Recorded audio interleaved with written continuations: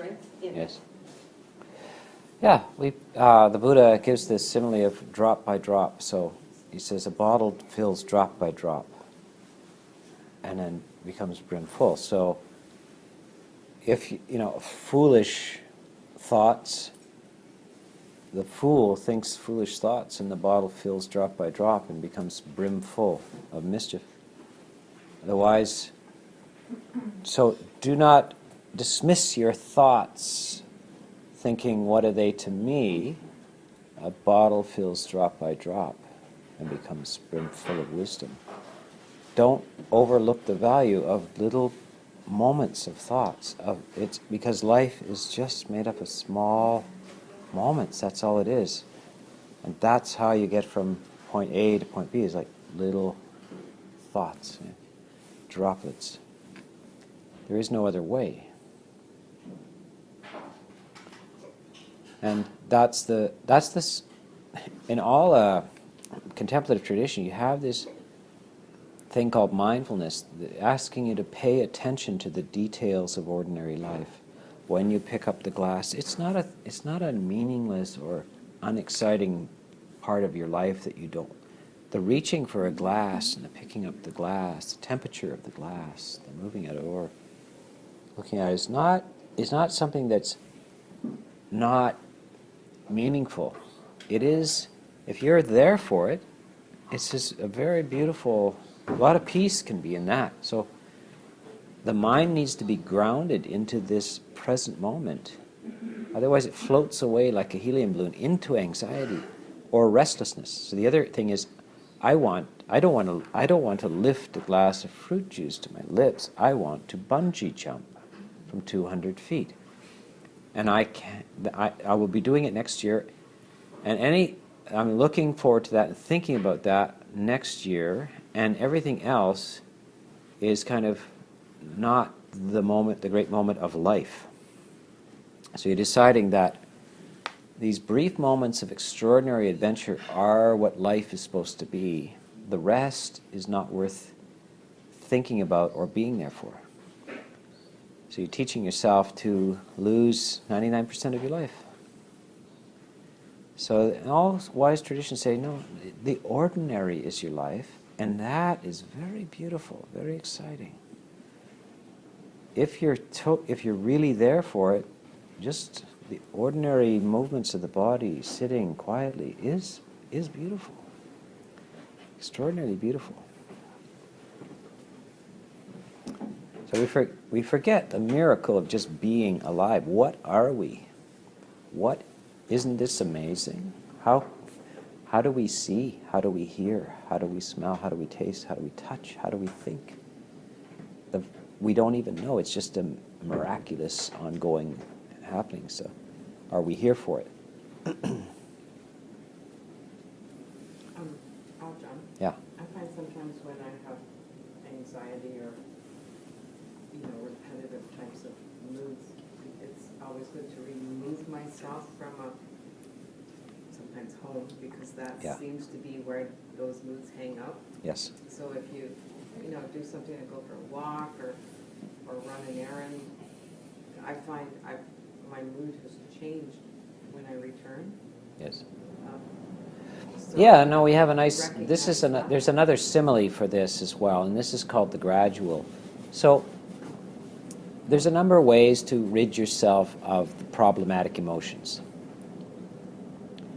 And one of what we call the fourth way is, the simile is, a man is running, and he thinks, why am I running? Why don't I walk? Then he walks. Then he thinks, why am I walking? Why don't I sit down? So then he sits down. He thinks, why am I sitting? Why don't I lie down? And he lies down. And so he says, just this way, difficult emotions, negative emotions, problematic emotions are brought down gradually in stages. We should not give up or feel frustrated in that we cannot suddenly stop being angry, suddenly stop being sad, suddenly stop being anxious. That if we feel like there's nothing I can do about it, I just have to take a pill. No, can we get there through gradual reductions? So just in fact, the very thing of stepping out of the environment, going for a walk. After you've been walking for a while, maybe you think, well, I'm not still not ready to just be still, but I'm now wound down. Maybe I could just sit on the park bench and look out at the lake. Sitting on the park bench looking out at the lake. Now maybe I can go back to the home, the apartment, the room, etc. And maybe I can just sit there and read a book for a while. And of course, the right book, something that's not more productive of anxiety. And then, and to avoid things that confuse the mind. So it's the wrong time to just flick on a channel on TV to escape from the feeling of anxiety, because quite often it just increases it. Feel like you haven't dealt with it. So now you're in this state. So now then you try to say, let's just do 10 minutes of just being there, watching the breath, or maybe being there, cultivating loving kindness. And then finally, that anxiety peters out, that anger peters out, etc. So that's the taking it down in graduated stages, until it dribbles out of the end. I think generally people who are full of common sense can figure that out for themselves. But they don't teach you that in school, and so it's not like, and they should have a class in managing emotions. But they teach you everything else, but they don't teach you how to do that. So, and of course, if you don't have common sense, you might just be, you act in a very unwise way as a result of the feeling of anxiety.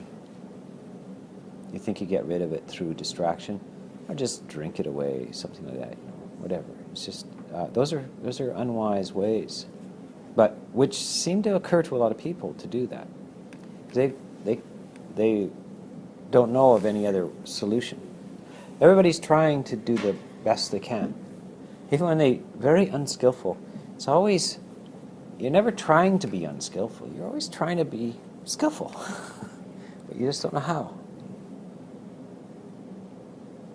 You get some gizmo and you put it together with upside down. You're not trying to do that. You're doing your best, but you didn't read the instructions, so the whole thing's upside down. So.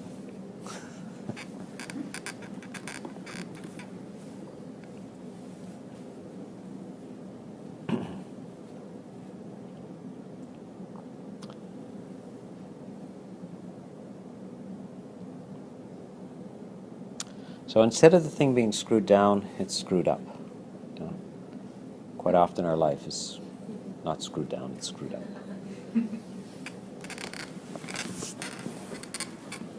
Oh, this is really the core. I mean, this issue of anxiety and just feeling that ordinary moments of life are just totally unsatisfactory, or even mildly unsatisfactory, is something that we, sometimes by the age of 10, you kind of think, well, this is it. That's the way she's going to be. I'm not a kid anymore, so, boy, I didn't think it was going to be this bad. In the movies, I thought it looked different, but I guess this is it. And that's a very too bad that we reached that conclusion. And we should never accept that. That's not good enough. And so then we say, oh, it can't be. It just can't. I cannot settle for that. It's just not good enough. Somebody's got to know something out there. And you're right. If you're thinking that, you're right.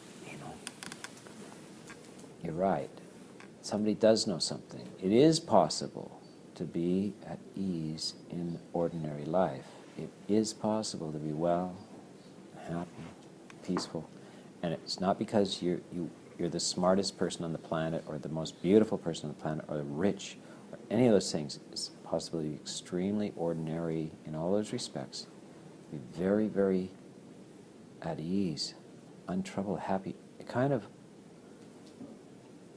a continuous level of well-being that bubbles even up every now and then into what's called piti, or joy. You know, like really a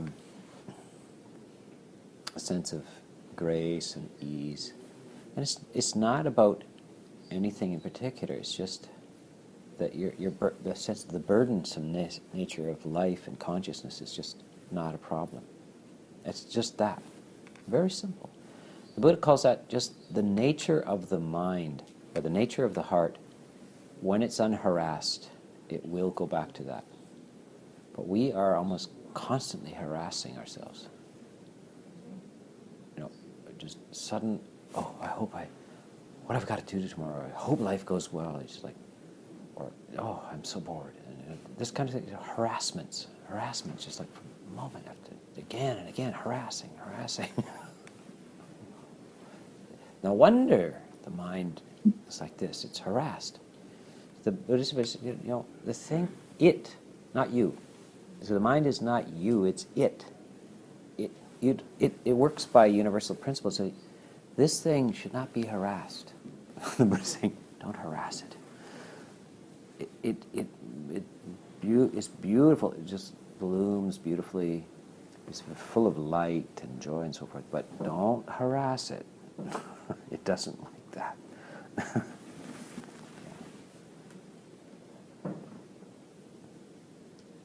And we think, well, not my mind. I mean, others' minds are peaceful and calm, but my mind, no. He says, it's not yours. Thank goodness. It's not yours. It's an impersonal product provided by nature. And just let nature do its thing without harassing it.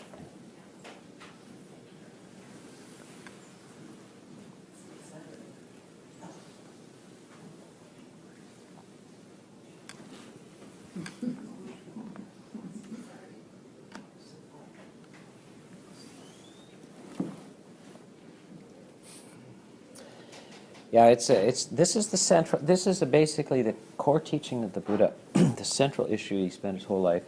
All these very elaborate books, it's all about anxiety. Fear, worry, regrets, guilt, anxiety. It's about that. If you can find a cure for that, the entire world is listening. Because everybody's got this. Everybody's got this.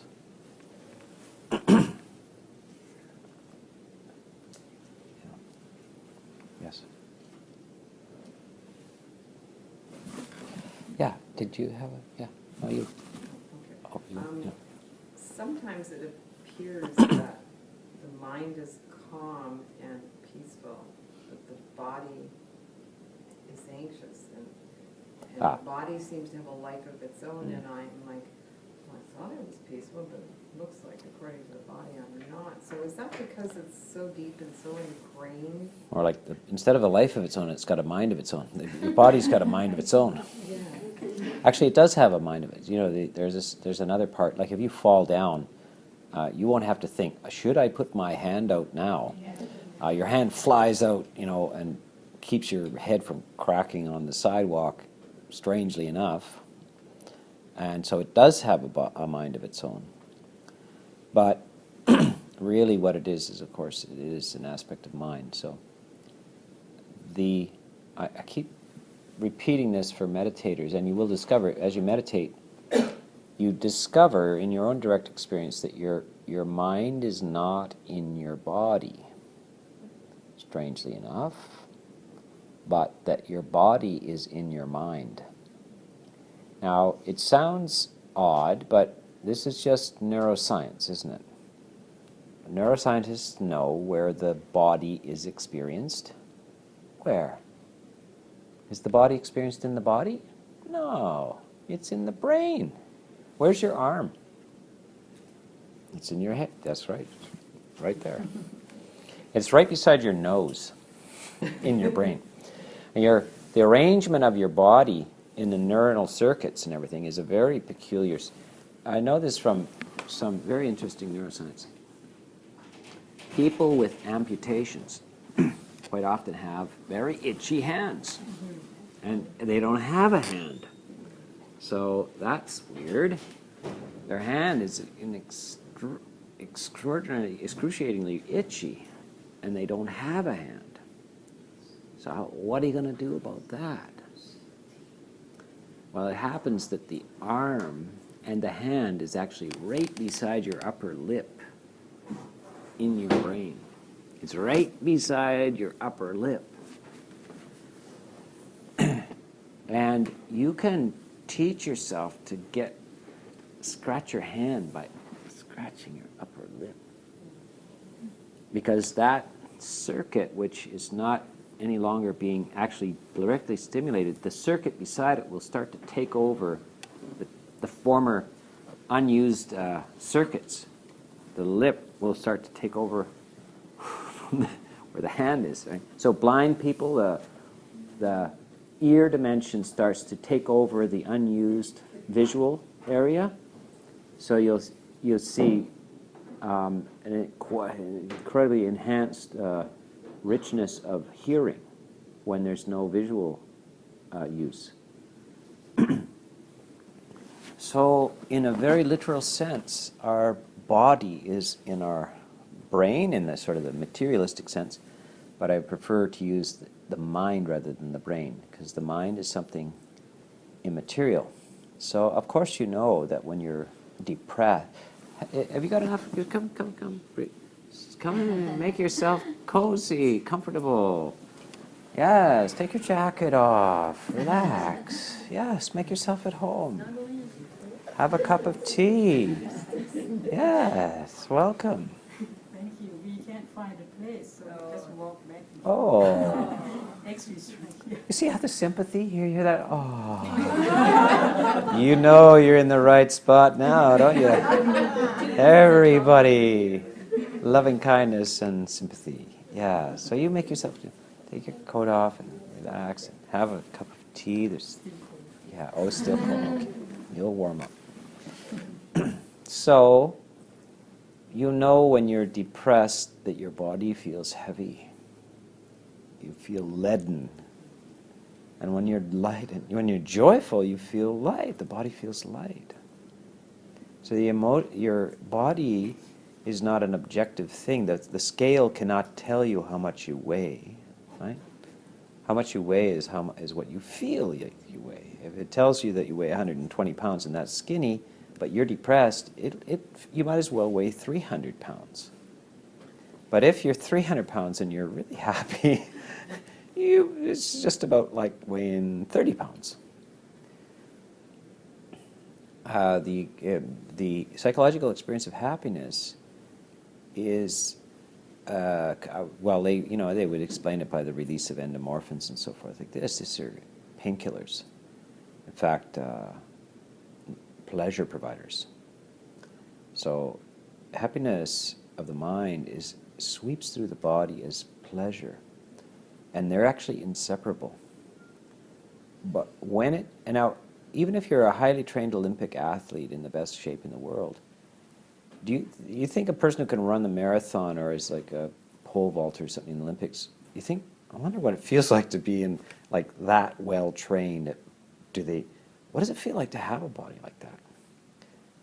It depends on their mood, because no matter how much you train the body, weight lift and whatever you do, the body itself does not feel itself. It does not experience itself. It's the mind that experiences it. It's always translated through the emotion of the mind as well. So, if I'm feeling anxious in my body, that means it is my the mind. mind Yeah, is most people don't know the difference between their body and mind, and they keep misunderstanding that achy leg. They think it's their leg that aches, but it's really that they're psychologically uncomfortable at the moment. Because the same person who can hardly bear to sit in the same posture again, if I say, look at that, isn't that weird? A hippopotamus in Deer Lake. I mean, what? that very moment, you will not have any pain in your knee. The pain in your knee is gone. You're completely interested. The moment you're interested, joy sweeps through the body and eliminates pain. And so the discomfort of the body, the problems of the body, are overcome by interest and joy. In fact, interest and joy are inseparable. When you're interested, it's enjoyable. When you're experiencing joy, you're interested. You can't have joy without interest. You can't have interest without joy. I ask every now and then at tea times, what is it that makes life interesting? And then I just sit back and wait for people to try every answer in the book. And variety? Is it variety? No. I'm not. At the end of it, I say, you're going to kill me when you hear this, but it's interest that makes life interesting. Interest itself is what the cause. It's just being interested. It's not the world that's interesting. You are interested. And we are training you in a sense. When we ask you to watch your breath, does that sound interesting to you? Watching the fact that you're breathing? Why does the Buddha suggest this? He suggests so that you cultivate the faculty of interest itself. When that strengthens, if you are weak, everything is the bowl is heavy. Everything is heavy. But if I take you weight lift for a while, that bowl is the same weight theoretically, but now it flies up in the air because you're much stronger. Now, the objects in the world are lighter when you're stronger. The experience of time and ordinary life is lighter when increase the attention span and interest capacity. There's no sense of burden of even very low sensory experiences. Just sitting on a porch on an ordinary fall day is quite lovely. But if you're not able to sustain interest and attention, you'll see people are they're suffering. So low attention deficit is a very uncomfortable experience to have. Attention deficit hyperactivity. So that's the hindrances are being expressed there. Restlessness, boredom, and so forth. There's a feature of this. And so you see that joy is reduced. If you have attention deficit, joy is reduced, and pain is more apparent in life. Yeah. I find that sometimes when I pay attention to my body, that then I can feel, oh, that's tense, or that's a little bit uncomfortable there. I think that maybe it's the labeling that I do that makes it the problem, but it seems like it can be worse if I pay attention. Yeah, it's not. What's happening is typically, say even in hypnosis, or if I want to relieve your pain in the body, I won't direct your attention to it. I would direct your attention to something else that you're very interested in. I want to play some Mozart, or whatever, if you like it, whatever. To catch your attention, see? The pain in the body is not something you're interested enough in.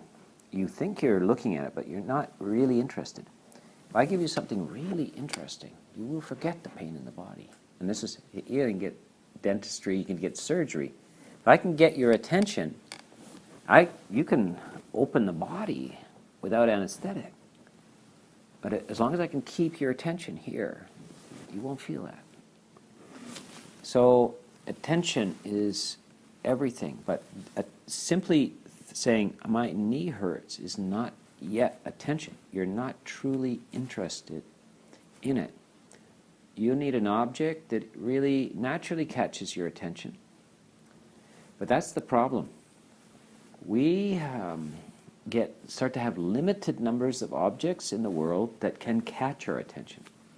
So we need to be at Angel Falls looking over the edge to catch our attention. We need to be bungee jumping. We need to be do something like that.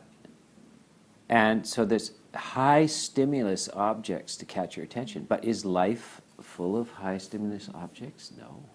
It's a tiny percentage of it. Now you're trapped in something called boredom, restlessness, and unsatisfactoriness. If you could attend to the ordinary and really authentically, in an easy way, be really interested, the whole experience of the painful nature of life, the distressing nature of life, goes down. Right? It drops down. So we want to go counterintuitive. We're actually trying to cultivate attention on the low sensory stimulus. Yeah. We got a question? Yeah. Sorry. It sounds like interest is something that belongs without qualification. There's no other reason for its importance other than it itself. What are the sorts of things that, is that true, or are there other things that are without qualification? Yeah, I mean, the interest, so the Buddha says right off the bat, I'm not a scientist, I'm not a philosopher. In a sense, it's the difference between intelligence and wisdom. So what is the difference between intelligence and wisdom? Intelligent person, these are people in the sciences and maybe arts, or high IQs, creative, smarter than the average bear. So intelligence. Is that wisdom? If you get A's in school on math and spelling and all that stuff, are you wise? Or are you intelligent? You're intelligent, but you may or may not be wise. What is the difference between intelligence and wisdom? Wisdom knows the question that needs to be answered. What is the most important question in life? Intelligence does not know that. Intelligence answers questions, and sometimes almost any question. Intelligence likes to answer questions, but does not know which is the high priority question here. So the Buddha says, and I believe he's not only wise, but very, very intelligent. He's the wisest kid in the class because he says, you know what? I figured out the most important question in life. The one that trumps all other questions. The one that I am going to devote my energies to, and that is, how do you get over suffering? That's the question. How do you eliminate suffering in human existence? How do you overcome suffering? All other pursuits, all other directions of the intellect are secondary and lesser, and perhaps can support that central question, but that's the question. Now, then he says, so what is required for the elimination of suffering? There's several factors. One of the most important, right up there at the top, is attention. You can't undo suffering if you can't pay attention long enough to know how it happens. So the first thing, he's a great teacher. He's not just a mystic or a presenter. He says, I know why you can't hear what I'm saying. Or let's go to a grade 2 class. Matt, you're teaching arithmetic in the grade 2 class. And the little boys are squiggling all over the place. And are you going to continue to go 2 plus 2 is 4? Johnny, why are you looking? What did I just say, right? Johnny said, huh? So you do it again? Are you going to say 2 plus 2 is 4 again?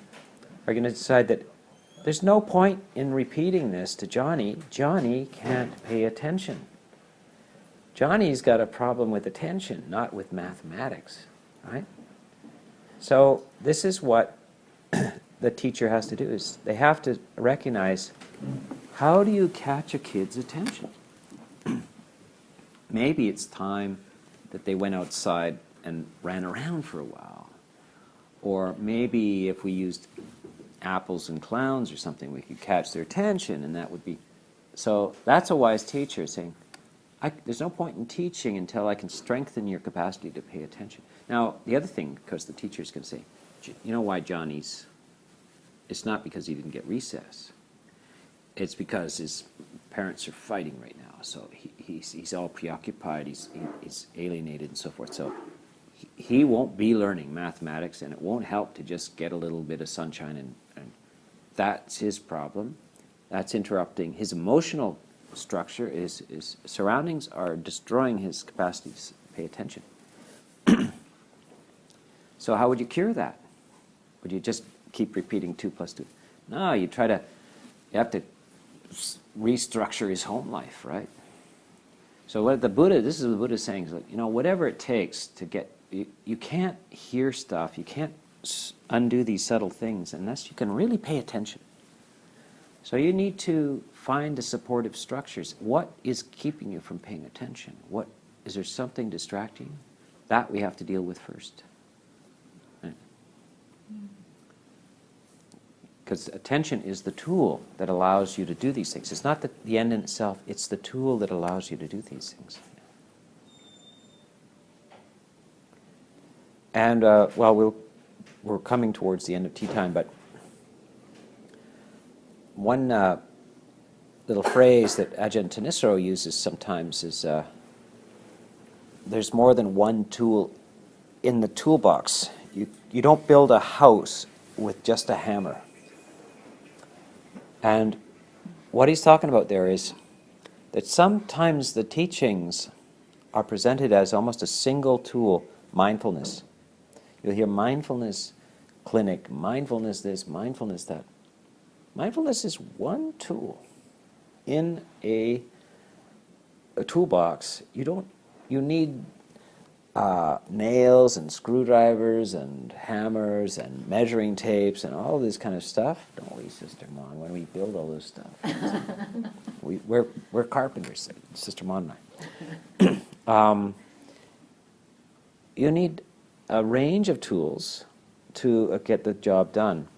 And so mindfulness is one, very, very important, but it's not the only one. Okay, well, that is kind of tea time for today.